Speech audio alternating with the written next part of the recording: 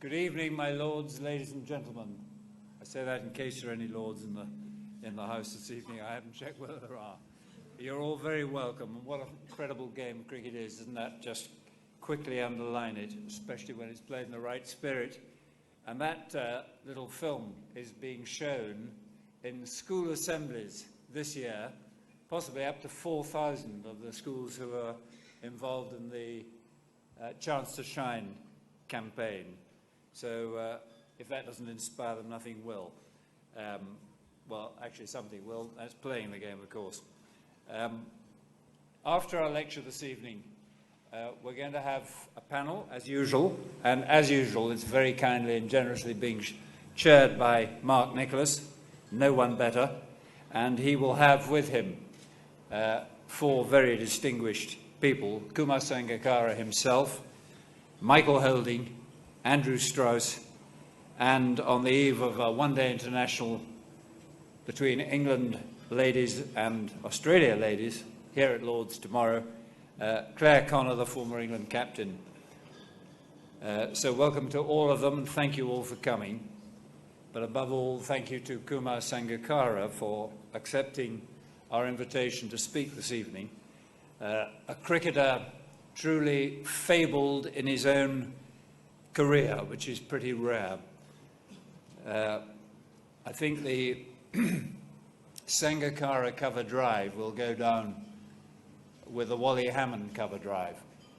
He will be remembered long after he stopped playing with great affection and admiration. 97 test matches at the moment, 8,428 runs at an average of 56, 25 hundreds, including that one very recently at the Rose Bowl, which saved the day for Sri Lanka and put right one of the few blots on his escutcheon. No 100 hitherto in England. 163 catches and 20 stumpings in Test cricket, and in his 286 one-day internationals, 8,978 runs, 11 hundreds, 60 50s, 282 catches and 72 stumpings.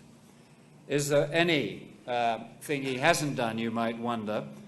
And actually there is one thing missing, because in his proud record, he has not, in 68 balls in Test cricket, taken a single wicket. He has a best bowling analysis of none for 4. Which reminds me of an ambidextrous cricketer that I used to play with, because Kumar bowls right-handed. Perhaps you should try left-handed, actually, Kumar. But he was a remarkable chap. He used to play cricket in the West Surrey region.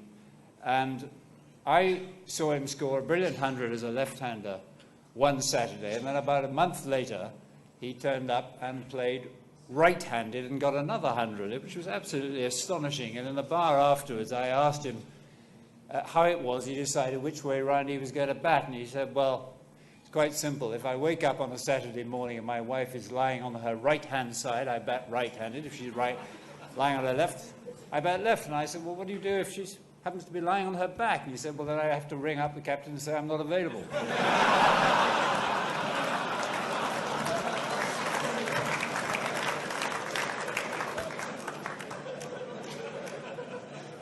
I want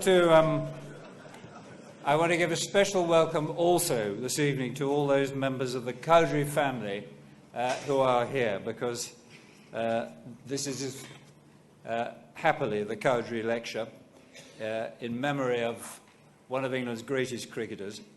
And Chris and Crystal are here this evening with their sons Fabian and Julian, both members of the current Tunbridge 11, and the entire Tunbridge 11 is here this evening.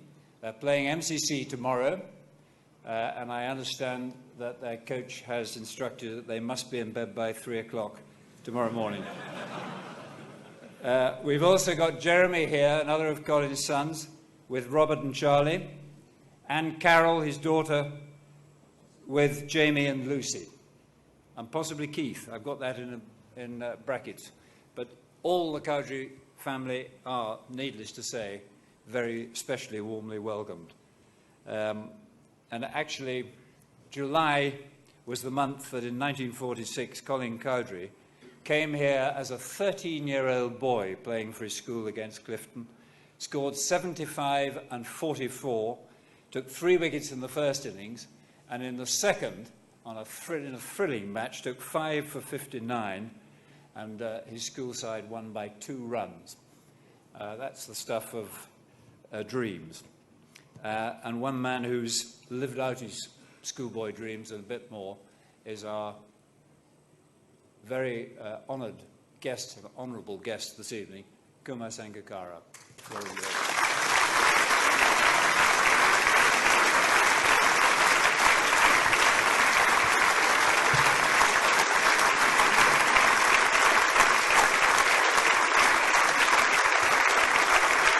Thank you. Thank you. Thank you, Mr. President, for that introduction. About my bowling, all I would say is that the captain lost his faith in my ability when I bowled my first delivery in goal and hit second slip on his shin. Mr. President, my lords, ladies and gentlemen, firstly I wish to sincerely thank the MCC for giving me the opportunity and the great honour of delivering the 2011 Cowdrey Lecture. I was in India after the World Cup when my manager called to pass on the message that CMJ was trying to get in touch with me to see whether I would like to deliver this year's lecture. I was initially hesitant, given the fact that we would be in the midst of the current ODI series, but after some reflection, I realized that it was an invitation I should not turn down. To be the first Sri Lankan to be invited was not only a great honor for me, but also for my countrymen. Then I had to choose my topic. I suspect many of you might have anticipated that I picked one of the many topics being energetically debated today: the role of technology, the governance of the game, the future of Test cricket, and the curse of corruption, especially spot fixing. All of the above are important, and no doubt Sir Colin Cowdrey, a cricketing legend with a deep affection for the game, would have strong opinions about them all. For the record, I do too. I strongly believe that we have reached a critical juncture in the game's history, and that unless we better sustain Test cricket, embrace technology enthusiastically, protect the game's global governance from narrow self-interest, and more aggressively root out corruption, then cricket will face an uncertain future. But while these would all be interesting topics, deep down inside me, I wanted to share with you a story. The story of Sri Lanka's cricket, a journey that I'm sure Colin would have enjoyed greatly, because I don't believe any cricket-playing nation in the world today better highlights the potential of cricket to be more than just a game. This lecture is all about the spirit of the game. And in this regard, the story of Sri Lankan cricket is fascinating. Cricket in Sri Lanka is no longer just a sport. It is a shared passion that is a source of fun and a force for unity. It is a treasured sport that occupies a celebrated place in our society. It is remarkable that in a very short period, an alien game has become our national obsession, played and followed with almost fanatical passion and love, a game that brings the nation to a standstill, a sport so powerful it is capable of transcending war and petty politics. I therefore decided that tonight I would like to talk about the spirit of Sri Lankan cricket. Ladies and gentlemen, the history of my country extends over 2,500 years. A beautiful island, rich in natural resources, it is situated in an advantaged strategic position in the Indian Ocean. It has long attracted the attentions of the world, at times to our disadvantage and at times to our prosperity.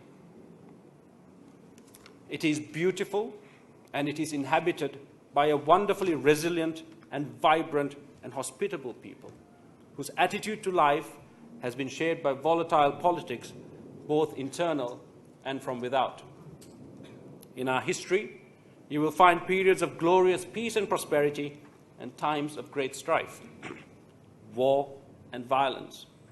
Sri Lankans have been hardened by experience and have shown themselves to be a resilient and proud society, celebrating at all times our zest for life and living. Sri Lankans are a close-knit community. The strength of the family unit reflects the spirit of our communities. We are inquisitive. We are a fun-loving people, smiling defiantly in the face of hardship and raucously celebrating times of prosperity. We live not for tomorrow, but for today, savoring every breath of our daily existence. We are fiercely proud of our heritage and culture, the ordinary Sri Lankan standing tall and secure in that knowledge. Over 400 years of colonization by the Portuguese, the Dutch, and the British has failed to crush or temper our indomitable spirit.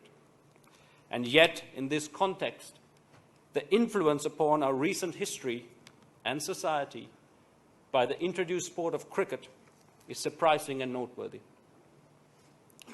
Sri Lankans for centuries have fiercely resisted westernization of our society, at times summarily dismissing Western tradition and influence as evil and detrimental. Yet cricket somehow managed to slip through the crack in the anti-Western defenses in our society and has now become the most precious heirloom of a British colonial inheritance. It may be because it is a result of our simple sense of hospitality, where a guest is treated to all that we have and at times even to what we don't have. If you visit a rural Sri Lankan home and you are served a cup of tea, you will find it to be intolerably sweet. I have times experienced this myself, and upon further inquiry have found that it is because the hosts believe that the guest is entitled to more of everything, including the sugar. In homes where sugar is an ill-affordable luxury, a guest will still receive sugary tea while the hosts go without.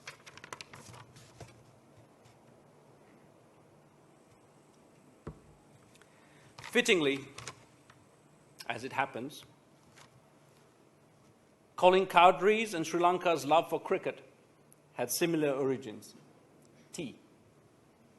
Colin's father, Ernest, was a tea planter in India.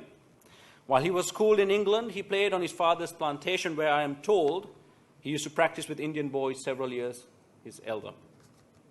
Cricket was introduced to Ceylon by men like Ernest, English tea planters during the colonial period of occupation that's covered a span of about 150 years from 1796.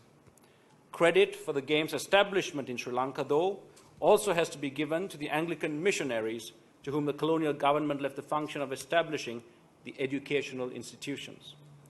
By the latter half of the 19th century, there grew a large group of Sri Lankan families who accumulated wealth by making use of the commercial opportunities thrown open by the colonial government. However, a majority of these families could not gain any high social recognition due to the prevalence of a rigid hierarchical caste system which labeled them until death to the caste they were born into. A possible way to escape caste stigma was to pledge their allegiance to the British Crown and help the central seat of government. The missionaries, assessing the situation wisely, opened superior fee-levying English schools, especially in Colombo, for the children of the affluent from all races, castes, and religions. By the dawn of the 20th century, the introduction of cricket to this educational system was automatic, as the game had already ingrained itself deeply into the English life. As Neville Cardus said, without cricket, there can be no summer in that land. Cricket was an expensive game, needing playgrounds, equipment, and coaches, the British missionaries provided all such facilities to these few schools. Cricket became an instant success in this English school system. Most Sri Lankans considered cricket beyond their reach because it was confined to the privileged schools meant for the affluent. The missionaries, in due course, arranged intercollegiate cricket matches backed by newspaper coverage to become a popular weekend social event to attend. The newspapers carried all details about the cricket matches played in the country and outside. As a result, schoolboy cricketers became household names. The newspapers also gave prominent coverage to English county cricket, and it has been often said that the Ceylonese knew more of county cricket than the English themselves. Cricket clubs were formed around the dawn of the 20th century, designed to cater for the school leavers of these colleges. The clubs bore communal names like the Sinhalese Sports Club, the Tamil Union, the Burger Recreation Club, and the Moors Club. But if they were considered together, they were all uniformly cultured with Anglicized values. Inter-club matches were played purely for enjoyment. Club cricket also opened opportunities for the locals to mix socially with the British. So when Britain granted independence to Ceylon in 1948, it is no wonder cricket was a passion of the elitist class. Although in the immediate post-independent period, the Anglicized elite class was a small minority. They were pro-Western in their political ideology and remained a powerful political lobby. In the general elections immediately after independence, pro-elite governments were elected, and the three prime ministers who headed the governments had played first-11 cricket for premier affluent colleges and had been the members of the SSC. The period between 1960 to 1981 was one of slow progress in the game's popularity, as the power transferred from the Anglicized elite to rising socialist and nationalist groups. Nevertheless, Sri Lanka was made an associate member of the ICC in 1965, gaining the opportunity to play unofficial test matches with players like Michael Tissera and Anura Tennakoon, impressing as genuine world-class batsmen. In 1981, thanks to the efforts of the late Honourable Gamini Dissanayake, the ICC granted Sri Lanka official test status. It was obviously a pivotal time in our cricketing history, and this was the start of a transformation of cricket from an elite sport to a game for the masses.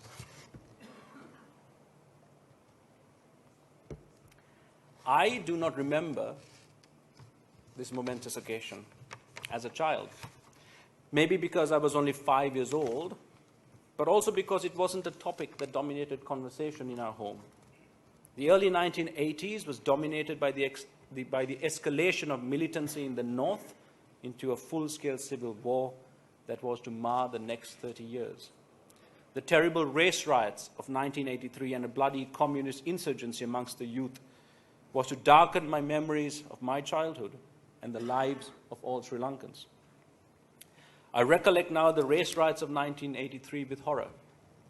But for the simple imagination of a child not yet 6, it was a time of extended play and fun.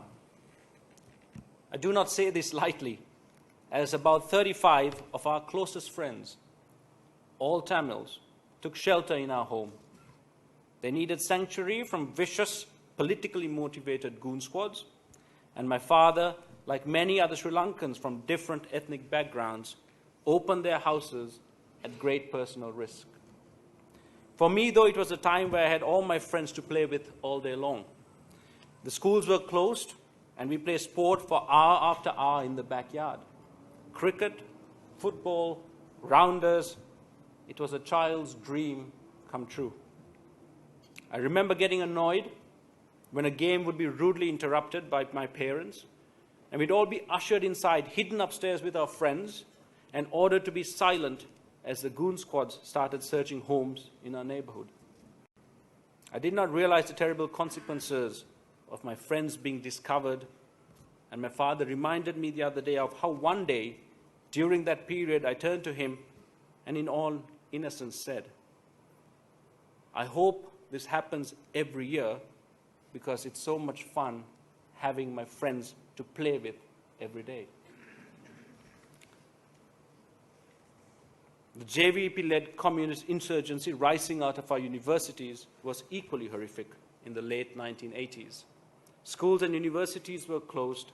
People rarely stepped out of their homes in the evenings. The sight of charred bodies on the roadsides and floating corpses in the river was terrifyingly commonplace. People who defied the JVP faced dire consequences. They even urged students of all schools to walk out and march in support of their aims. I was fortunate to be at Trinity College, one of the few schools that defied their dictates. Yet I was living just below Dharmaraja College in Kandy, where the students who walked out of its gates were met with tear gas, and I would see students running down the hill to wash their eyes out with water from a garden tap. My first cricket coach, Mr. D.H. De Silva, a wonderful human being who coached tennis and cricket to students free of charge, was shot on the tennis court by insurgents.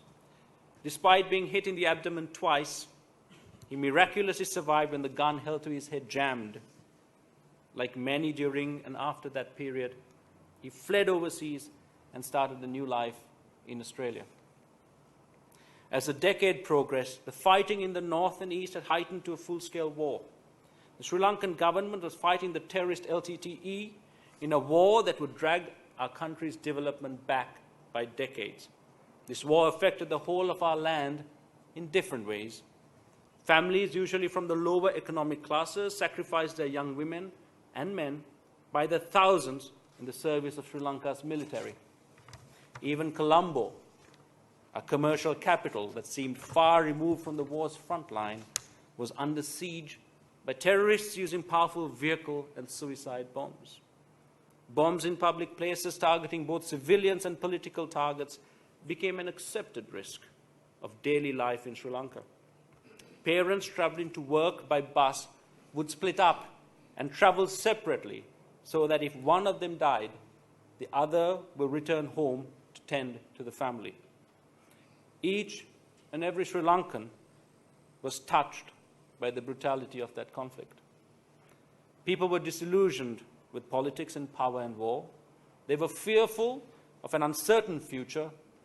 The cycle of violence seemed unending. And Sri Lanka became famous internationally for its war and conflict. It was a bleak time where we as a nation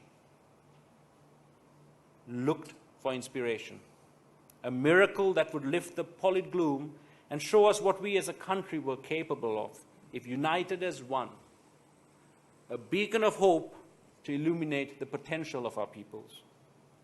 That inspiration was to come in 1996. The pre-1995 era, during which Sri Lanka produced many fine cricketers, but struggled to break free from the old colonial influences that had indoctrinated the way the game was played in Sri Lanka. Even after gaining test status in 1981, Sri Lanka's cricket suffered from an identity crisis, and there was far too little Sri Lankan in the way we played our cricket. Although there were exceptions, one being the much talked about Sata Sivam, who was a flamboyant and colourful cricketer both on and off the field. He was a cricketer in whose hand they say the bat was like a magic wand. Another unique batsman was Duleep Mendes, now a chief selector, who batted with swashbuckling bravado. Generally, though, we played cricket by the book, copying the orthodox and conservative styles of the traditional cricketing powerhouses. There was none of the live for the moment and happy-go-lucky attitudes that underpin our own identity. We had a competitive team with able players, but we were timid, soft, and did not yet fully believe in our own worth as individual players or as a team. I guess we were in many ways like the early West Indian teams, calypso cricketers who played the game as entertainers and lost more often than not, albeit gracefully. What we needed at the time was a leader, a cricketer from the masses who had the character, the ability, and above all, the courage and the gall to change the system, to stand in the face of unfavorable culture and tradition, unafraid to put himself on the line for the achievement of a greater cause. This much-awaited Messiah arrived in the form of an immensely talented and slightly rotund Arjuna Ranatunga. He was to change the entire history of our cricketing heritage, converting the game that we loved into a shared fanatical passion that over 20 million people embraced as their own personal dream. The leadership of Arjuna during this period was critical to our emergence as a global force. It was Arjuna who understood most clearly why we needed to break free from the shackles of our colonial past and forge a new identity. An identity forged exclusively from Sri Lankan values, an identity that fed from the passion, vibrancy, and emotions of normal Sri Lankans. Arjuna was a man hell-bent on making his own mark on the game in Sri Lanka, determined to break from foreign tradition and create a new national brand of cricket. Coming from Ananda College to the SSC proved to be a culture shock for him. SSC, or the Sinhalese Sports Club, was dominated by students from St. Thomas's and Royal College, the two most elite schools in Colombo. The club's committee, membership, and even the composition of the team was dominated by these schools. Arjuna himself has spoken about how alien the culture felt and how difficult it was for him to adjust to try and fit in. As a 15-year-old kid practicing in the nets at the club, a senior stalwart of the club inquired about him. When told he was from the unfashionable Ananda College, he dismissed his talents immediately. "We don't want any sarong Johnnies in this club." As it turned out, Arjuna not only went on to captain SSC for many years, he also went on to break the stranglehold the elite schools had on the game. His goal was to impart in the team self-belief, to give us a backbone and a sense of self-worth that would inspire the team to look the opposition in the eye and stand equal, to compete without self-doubt or fear, to defy unhealthy traditions and to embrace our own Sri Lankan identity.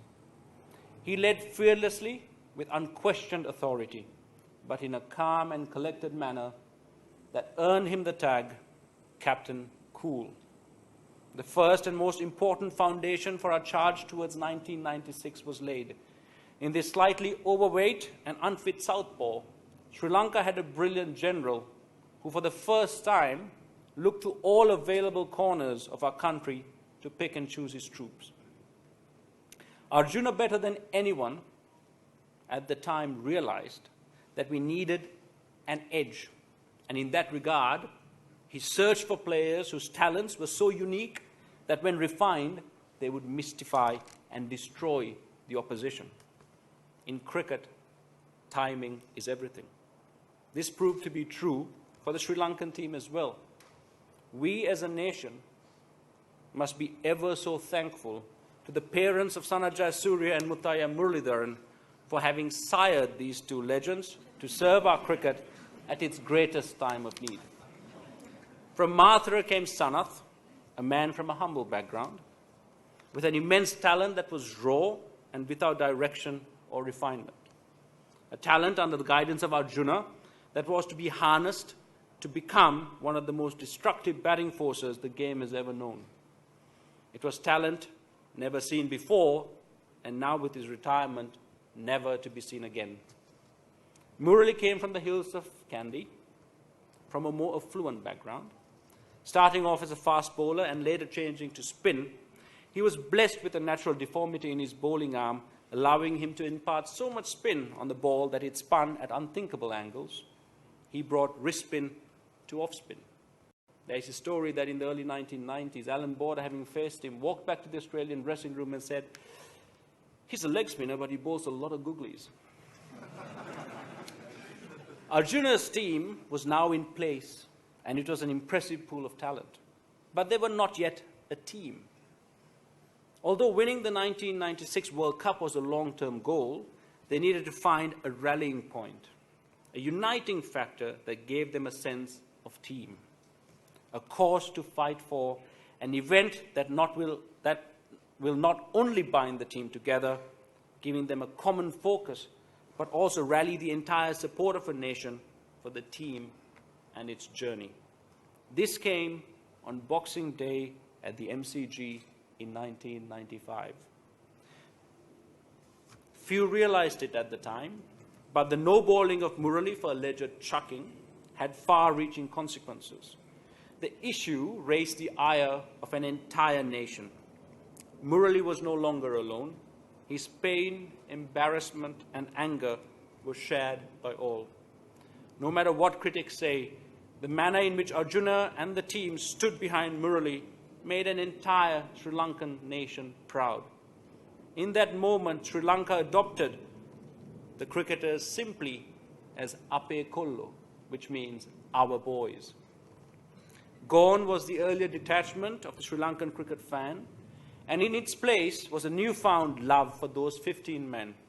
They became our sons, our brothers. Sri Lankans stood with them and shared their trials and tribulations. The decision to no-ball Murali in Melbourne was for all Sri Lankans an insult that would not be allowed to pass unavenged. It was the catalyst that spurred the Sri Lankan team on to do the unthinkable, become world champions just 14 years after obtaining full ICC status. It is also important to mention here that prior to 1981, more than 80% of the national players came from elite English schools. But by 1996, the same schools did not contribute a single player to the 1996 World Cup winning squad. The impact of that World Cup victory was enormous, both broadening the game's grassroots and as well as connecting all Sri Lankans with one shared passion. For the first time, children from outstations and government schools were allowed to make cricket their own. Cricket was opened up to the masses. This unlocked the door for untapped talent not only to gain exposure, but have a realistic chance of playing the game at the highest level. These new grassroots cricketers brought with them the attributes of normal Sri Lankans, playing the game with a passion, a joy and intensity that had been hitherto missing. They had watched Sanath, Kalu, Murali and Aravinda play a brand of cricket that not only changed the concept of one-day cricket, but was also instantly identifiable as being truly Sri Lankan. We were no longer timid or soft or minnows. We had played and beaten the best in the world. We had done that without pretense or shame, in a manner that highlighted and celebrated our national values, our collective cultures, and our habits. It was a brand of cricket we were proud to call our own, a style with local spirit and flair, embodying all that was good in our heritage. The World Cup win gave us a new strength to understand our place in our society as cricketers. In the World Cup, a country found a new beginning, a new inspiration upon which to build their dreams of a better future for Sri Lanka. Here were 15 individuals from different backgrounds, races and religions, each fiercely proud of his own individuality, and yet they united not just as a team, but as a family, fighting for a common national cause, representing the entirety of our society, providing a shining example to every Sri Lankan, showing them with obvious clarity what it was to be truly Sri Lankan. The 1996 World Cup gave all Sri Lankans a commonality, one point of collective joy and ambition that gave a divided society true national identity and was to be the panacea that healed all social evils and would stand the country in good stead through terrible natural disasters and a tragic civil war. The 1996 World Cup win inspired people to look at their country differently. The sport overwhelmed terrorism and political strife. It provided something that everyone held dear to their hearts and helped normal people get through their lives. The team also became a microcosm of how Sri Lankan society should be, with players from different backgrounds, ethnicities, and religions sharing their common joy, their passion, and love for each other and their motherland. Regardless of war, here we were, playing together, and the Sri Lankan team became a harmonizing factor. After the historic win, the entire game of cricket in Sri Lanka was revolutionized. Television money started to pour into cricket board's coffers. Large national and multinational corporations fought for sponsorship rights. Cricketers started to earn real money, both in the form of national contracts and endorsement deals. For the first time, cricketers were on billboards and television advertising products, advertising anything from sausages to cellular networks. Cricket became a viable profession, and cricketers were both icons and role models. Personally, the win was very important for me. Until that time, I was playing cricket with no real passion or ambition. I never thought or dreamed of playing for my country. This changed when I watched Sri Lanka play Kenya at Asgiriya. It was my final year in school, and the first seed of my vision to play for my country was planted in my brain and heart when I witnessed Sanath, Gurusingha, and Aravinda produce a devastating display of batting. That seed of ambition spurted into life when a couple of weeks later I watched that glorious final in Lahore. Everyone in Sri Lanka remembers where they were on the night of that final. The cheering of a nation was a sound no bomb or exploding shell could drown. Cricket became an integral and all-important aspect of our national psyche. Our cricket embodied everything in our lives: our laughter and tears, our hospitality, our generosity, our music, our food and drink. It was normalcy and hope and inspiration in a war-ravaged land. In it was our culture and heritage, enriched by a myriad ethnicities and religions.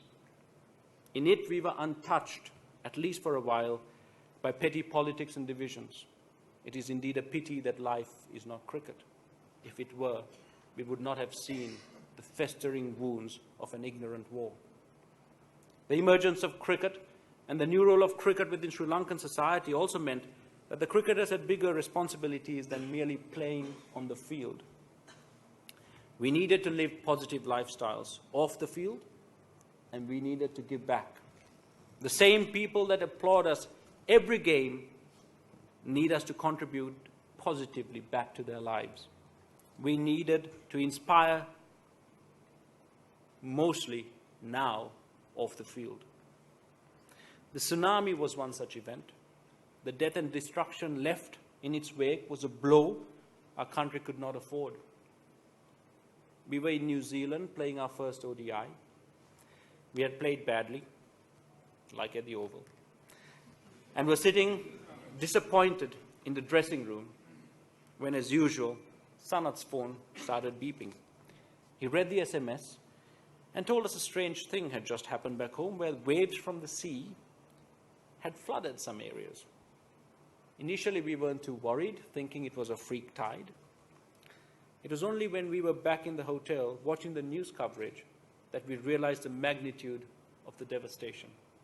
It was horrifying to watch footage of the waves sweeping through coastal towns and washing away in the blink of an eye the lives of thousands. We could not believe that it had happened. We called home to check.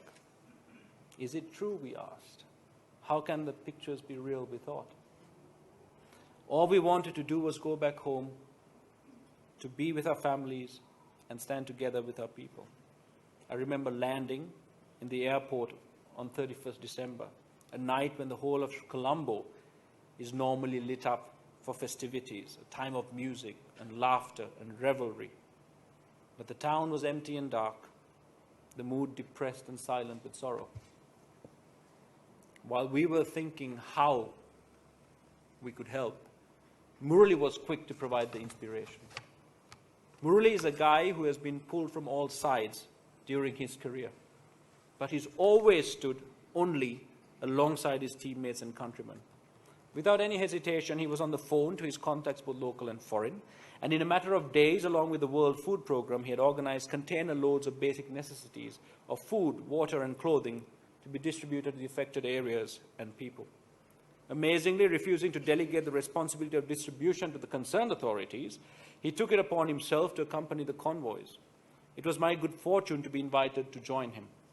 My wife and I, along with Mahela, Ruchira Pereira, our physio CJ Clark, and many other volunteers, drove alongside the aid convoys towards an experience that changed me as a person. We based ourselves in Polonnaruwa, just north of Dambulla, driving daily to visit tsunami-ravaged coastal towns like Trincomalee and Batticaloa, as well as southern towns like Galle and Hambantota on later visits. We visited shelter camps run by the Army and the LTTE, and even some administered in partnership between them. Two bitter, warring factions brought together to help people in a time of need.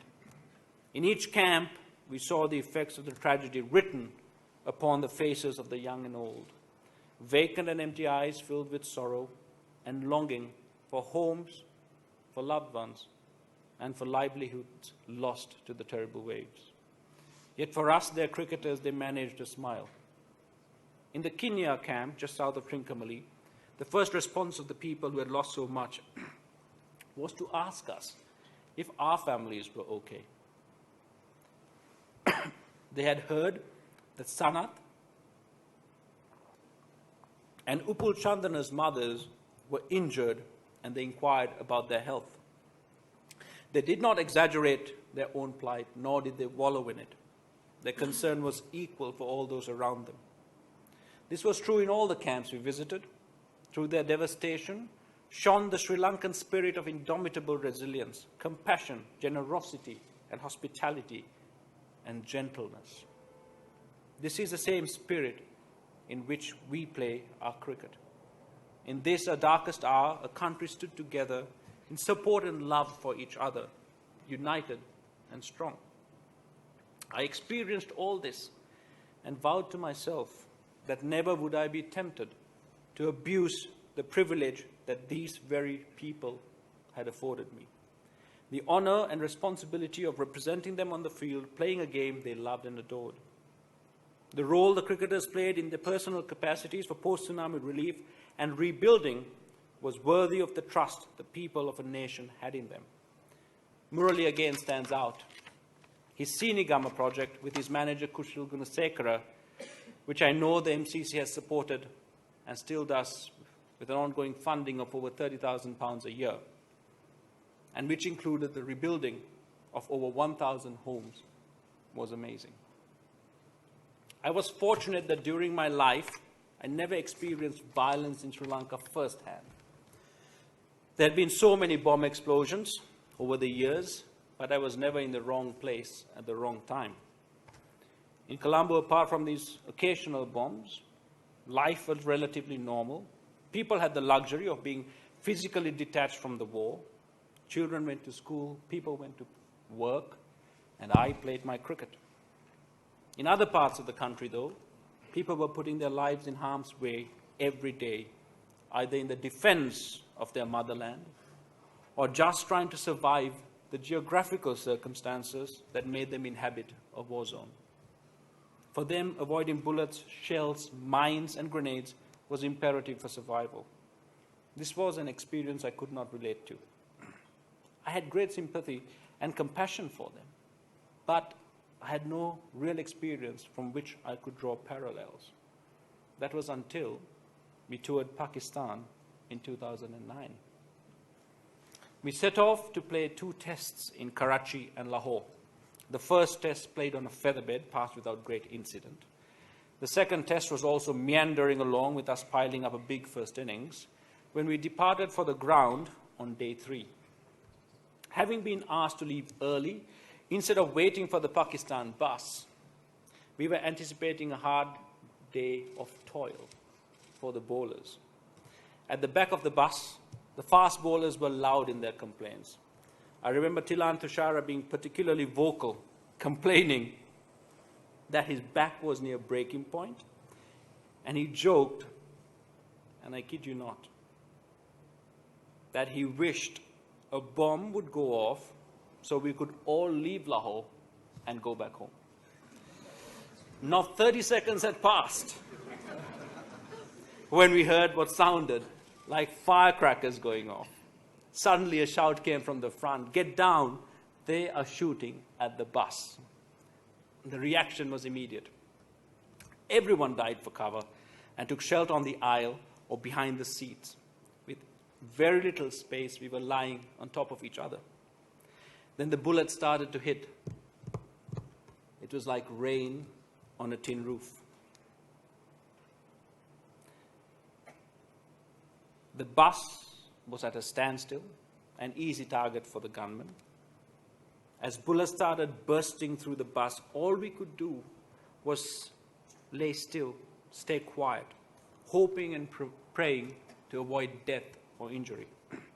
Suddenly, Mahela, who sits right at the back of the bus, shouts, saying he thinks he has been hit in the shin. I'm lying next to Tilan.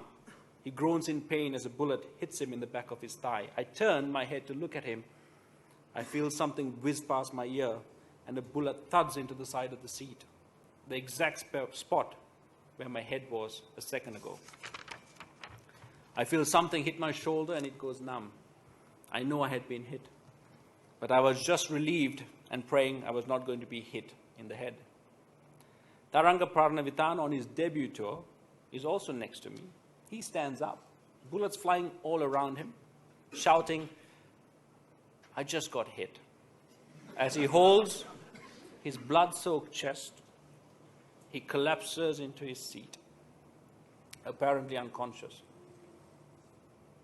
Now, this is his debut tour, and I see him, and I think, oh my God, you were out first ball, run out in the next innings, and now you have been shot. What a terrible, terrible first tour. It is strange how clear your thinking is. I did not see my life flash by. There was no insane panic. There was absolute clarity and awareness of what was happening at that moment. Tilan is helped off the bus. In the dressing room, there's a mixture of emotions. There is anger, relief, joy.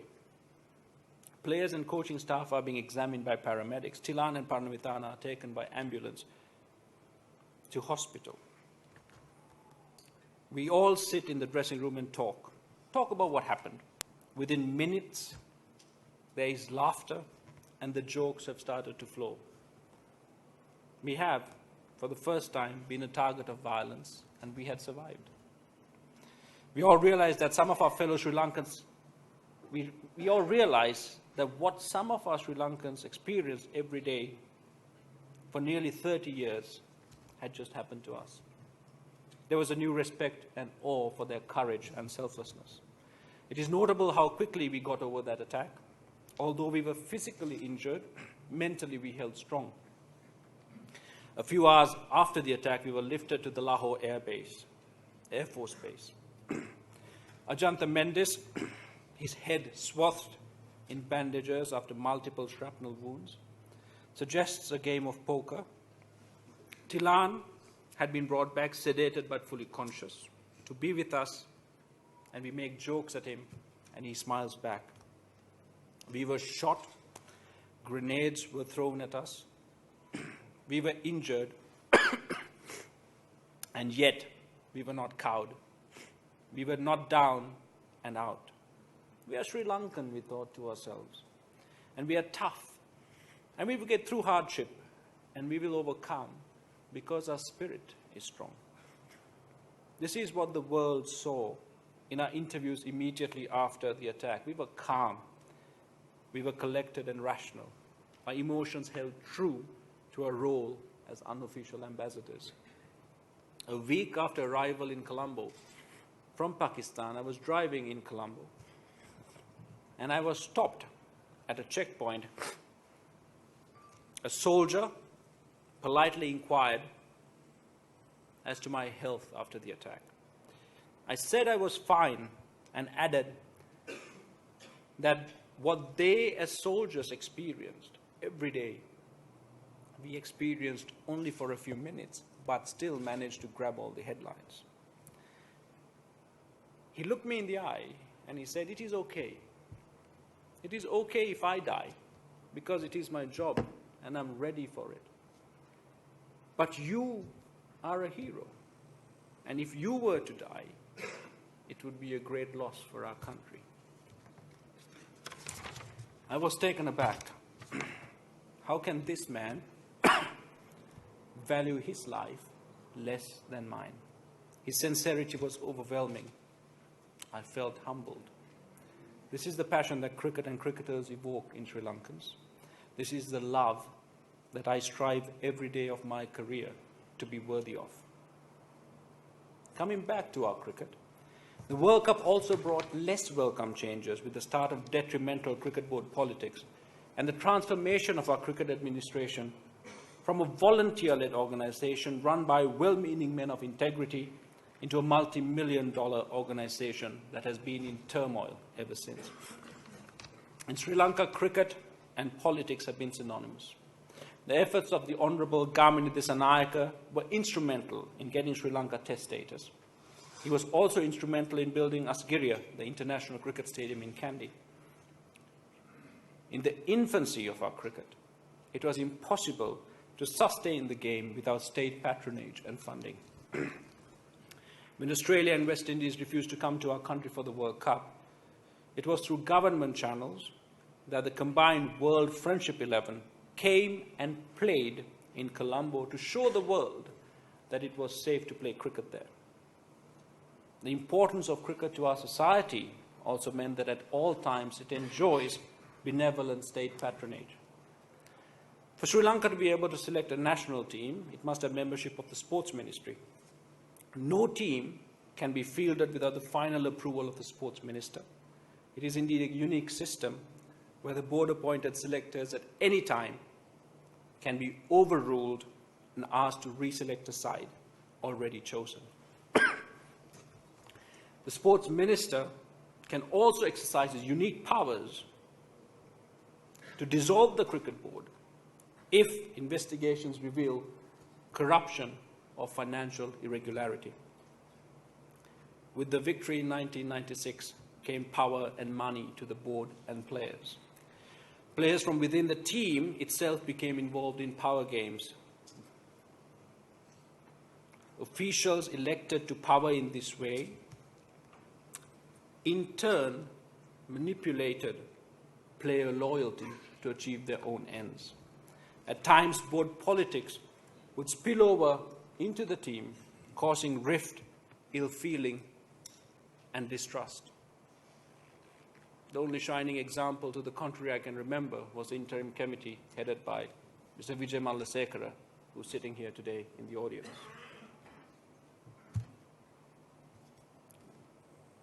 Accountability and transparency in administration and credibility of conduct were lost in a mad power struggle that would leave Sri Lankan cricket with no consistent and clear administration. Presidents and elected executive committees would come and go. Government-picked interim committees would be appointed and dissolved. After 1996, the Cricket Board has been controlled and administered by a handful of well-meaning individuals, either personally or by proxy, rotated in and out depending on appointment or election. Unfortunately, to consolidate and perpetuate their powers, they opened the door of the administration to partisan cronies that would lead to corruption and wanton waste of cricket board finances and resources. It was and still is confusing. Accusations of vote buying and rigging, player interference due to lobbying from each side, and even violence at the AGMs, including the brandishing of weapons and ugly fistfights, have characterized cricket board elections for as long as I can remember.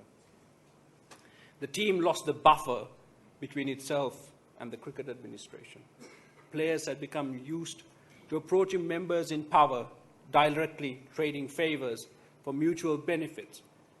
And by 1999, all these changes in administration and player attitudes had transformed what was a close-knit unit in 1996 into a collection of individuals with no shared vision or sense of team. The World Cup that followed in England was a debacle, a first-round exit. Fortunately, though, this proved to be the catalyst for further change within the dynamics of the Sri Lankan team. A new mix of players, a nice blend of youth and experience, provided the context in which the old hierarchical systems and structures within the team were dismantled. And in the decade that followed, under the more consensual leadership of Sanat, Marwan, and Mahela, the team continued to grow. In the new team culture forged since 1999, individuals are accepted. The only thing that matters is commitment and discipline to the team. Individuality and internal debate are welcome. Respect is not demanded but earned. There was a new commitment towards keeping the team safe from board turmoil. It has been difficult to fully exclude it from our team because there are constant efforts to drag us back in. And in times of weakness and doubt, players have crossed the line. Still, we have managed to protect and motivate our collective efforts towards one goal, winning on the field.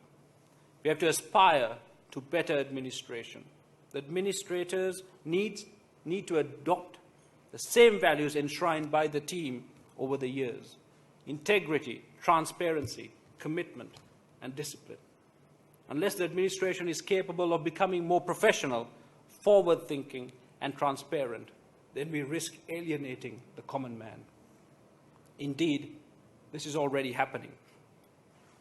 Loyal fans are becoming increasingly disillusioned. This is a very dangerous thing because it is not the administrators or players that sustain the game. It is the cricket-loving public. It is their passion that powers cricket. And if they turn their backs on cricket, then the whole system will come crashing down. The solution to this may be the ICC taking a stand to suspend member boards with any direct detrimental political interference and allegations of corruption and mismanagement. This will negate the ability of those boards to field representative teams or receive funding and other accompanying benefits from the ICC. But as a Sri Lankan, I hope we have the strength to find the answers ourselves. While the team structure and culture itself was slowly evolving, our on-field success was primarily driven by the sheer talent and spirit of uniquely talented players unearthed in recent times. Players like Murali, Sanat, Aravinda, Mahela, and Lasith Malinga. Although our school cricket structure is extremely strong, our club structure remains archaic. With players diluted among 20 clubs, it does not enable the national coaching staff to easily identify and funnel talented players through for further development. The lack of competitiveness of the club tournament does not lend itself to producing hardened first-class professionals. Various attempts to change this structure, to condense and improve, have been resisted by the administration and the clubs concerned. The main reason for this being that any elected cricket board that offended these clubs runs the risk of losing their votes come election time. At the same time, the instability of our administration is a huge stumbling block to the rapid phase change that we need. Indeed, it is amazing that despite this system, we are able to produce so many world-class cricketers. Nevertheless, despite abundant natural talent, we need to change our cricketing structure. We need to be more Sri Lankan rather than selfish. We need to condense our cricketing structure to ensure that the best players are playing against each other at all times. We need to do this with an open mind, allowing both innovative thinking and free expression. In some respects, we are doing that already, especially our coaching department, which is actively searching for unorthodox talent. We have recognized and learned that our cricket is stronger when it is free-spirited, and we therefore encourage players to express themselves and be open to innovation. There was a recent case where the national coaches were tipped off to the case of a 6-foot-tall volleyball player. He apparently, when viewed by the district coach of the region, ambles up to the wicket off about 4 steps, jumps 4 to 5 feet high in the air in a smash-like leap, and delivers the ball while in midair. His feet are within the 2 bowling creases, popping in the bowling crease, but after his delivery, he lands quite a ways down the wicket. Now, the district coach found this very, very interesting and unique. So he thought, well, let's have a trial. So he takes a video camera along and gets this volleyball player, who has never bowled before for any lengthy period, to bowl for half an hour in the district nets. He does quite a good job. Half an hour of jumping high and delivering a cricket ball quite well with good direction, and the video sample is then sent back to our cricket board. The national coaches there also find it interesting, and they say, well, let's call him to Colombo for a trial. 4 days later, they make a call. And the volleyball player answers the phone call from a hospital bed. And when invited, he says, oh, I'm sorry, I can't move. I've never bowled for 30 minutes. I strained my back. So the search for gold in that particular instance did not come to fruition. There was another case where there was a letter postmarked from a distant village where the writer claimed to be the fastest undiscovered bowler in Sri Lanka. Upon further inquiry, it was found that the letter was written by a teenage Buddhist monk who proceeded to give a bowling demonstration dressed in his flowing saffron robes. In Sri Lanka, cricket tempts even the most chaste and holy. If we are able to seize the moment, then the future of Sri Lanka's cricket remains very bright. I pray we do, because cricket has such an important role to play in our island's future. Cricket played a crucial role during the dark days of Sri Lanka's civil war, a period of enormous suffering for all communities. But the conduct and performance of the team will have even greater importance as we enter a crucial period of reconciliation and recovery. An exciting period where all Sri Lankans aspire to peace and unity. It is also an exciting period for cricket, where the reintegration of isolated communities in the north and the east open up new talent pools. The spirit of cricket can and should remain the guiding force for good within our society, providing entertainment and fun, but also a shining example to all of how we should approach our lives. The war is now over. Sri Lanka looks towards a new future of peace and prosperity. I am eternally grateful for this. It means that my children will grow up without war and violence being a daily part of their lives.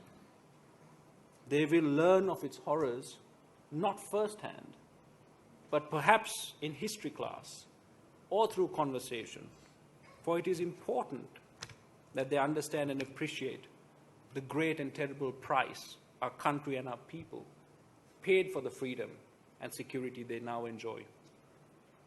In our cricket, we display a unique spirit, a spirit enriched by lessons learned from a history spanning over 2.5 millennia. In our cricket, you see the character of our people, our history, culture, tradition, our laughter, our joy, our tears, our regrets, and our hopes. It is rich in emotion and talent. My responsibility as a Sri Lankan cricketer is to further enrich this beautiful sport, to add to it and enhance it, and leave it a richer legacy for the cricketers to follow. I will do that, keeping paramount in my mind my Sri Lankan identity. Play the game hard and fair, and be a voice with which Sri Lanka can speak proudly to the world. My loyalty will be to the ordinary Sri Lankan fan, the 20 million hearts beating collectively as one to our island rhythm, filled with an undying and ever-loyal love for this, our game.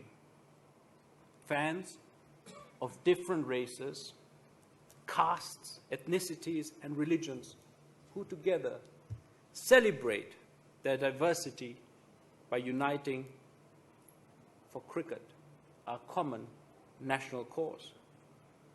Those fans are my foundation. They are my family. I will play my cricket for them. Their spirit is the true spirit of cricket. With me are all my people. I am Tamil, I am Sinhalese, I am Muslim and Burgher. I am a Buddhist, I am a Hindu, a follower of Islam and Christianity. But above all, today and always, I will be proudly Sri Lankan. Thank you.